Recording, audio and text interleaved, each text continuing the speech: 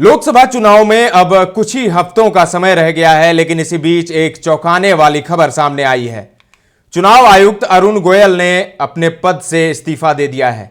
जी हां, जबकि उनका कार्यकाल 2027 तक था।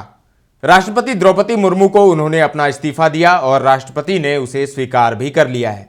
निर्वाचन आयोग में पहले से ही चुनाव आयुक्त का एक पद खाली था। चुनाव आयुक्त अनूप चंद्र पांडे इस साल फरवरी में सेवानिवृत्त हुए थे। अरुण गोयल के इस्तीफे के बाद अब केवल मुख्य चुनाव आयुक्त राजीव कुमार ही बचे हैं। बता दें कि भारतीय निर्वाचन आयोग में चीफ इलेक्शन कमिश्नर के अलावा 2 इलेक्शन कमिश्नर होते हैं।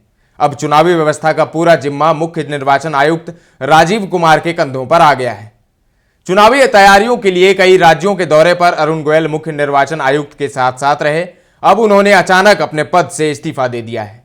केंद्रीय कानून एवं न्याय मंत्रालय की इस संबंध में बीते दिन एक गजट अधिसूचना में कहा गया, राष्ट्रपति ने चुनाव आयुक्त अरुण गोयल का इस्तीफा स्वीकार कर लिया है, जो 9 मार्च 2024 से प्रभावी माना जाएगा।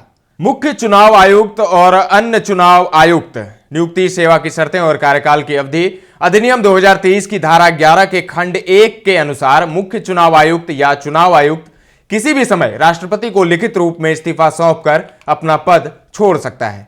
भारतीय प्रशासनिक सेवा से स्वैच्छिक सेवानिवृत्ति लेने से पहले अरुण गोयल केंद्रीय भारी उद्योग मंत्रालय में सचिव थे।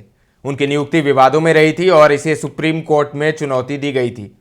विवादों में रही थी अरुण गोयल की नियुक्ति। अरुण गोयल 1985 बैच के आईएएस अधिकारी रहे हैं।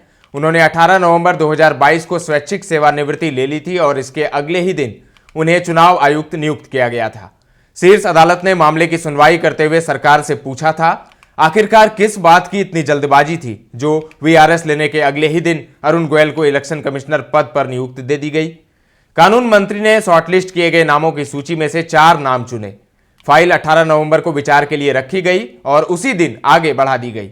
यहां तक कि प्रधानमंत्री ने भी उसी दिन नाम की सिफारिश कर दी। हम कोई टकराव नहीं चाहते, लेकिन यह सब कुछ बहुत जल्दबाजी में किया गया, यह दलील थी सुप्रीम कोर्ट की।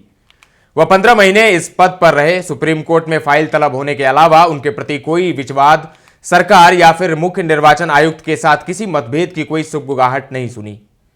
पिछले 4 साल में अशोक लवासा के बाद ये दूसरे निर्वाचन आयुक्त हैं जिन्होंने अपने पद से इस्तीफा दिया है। हालांकि अशोक लवास के पद पर रहते मुख्य निर्वाचन आयुक्त और साथी निर्वाचन आयुक्त के साथ उनके मतभेदों के किस्से सार्वजनिक थे। अगस्त 2020 में लवासा ने चुनाव आयुक्त के पद से इस्तीफा दे दिया था। उन्हें एशियन डेवलपमेंट बैंक के उपाध्यक्ष पद पर नियुक्त किया गया। पिछले महीने चर्चा थी कि सरकार निर्वाचन आयुक्तों की नियुक्ति के लिए नए कानून का प्रयोग कर सकती है, लेकिन प्रक्रिया किन्हीं कारणवश आगे नहीं बढ़ पाई। बता दें कि नए कानून में चीफ जस्टिस ऑफ इंडिया को निर्वाचन आयुक्तों के चयन की सिफारिश करने वाली समिति में नहीं रखा गया है। इस खबर में फिलहाल इतना ही, लेकिन ताजा तरीन खबरों का सिलसिला लगातार जारी है। देखते रहें दर्श न्यूज।